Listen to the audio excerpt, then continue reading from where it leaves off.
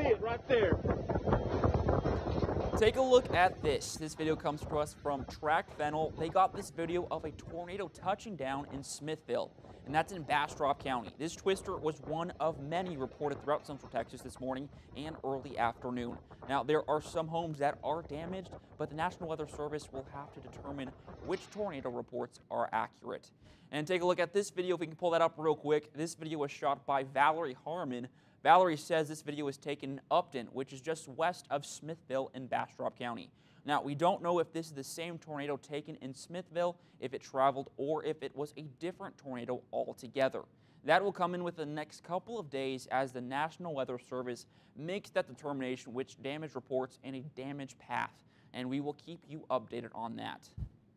Here's some look at the damage in Smithville. The suspected tornado rocked this family's house, ripping off its awning.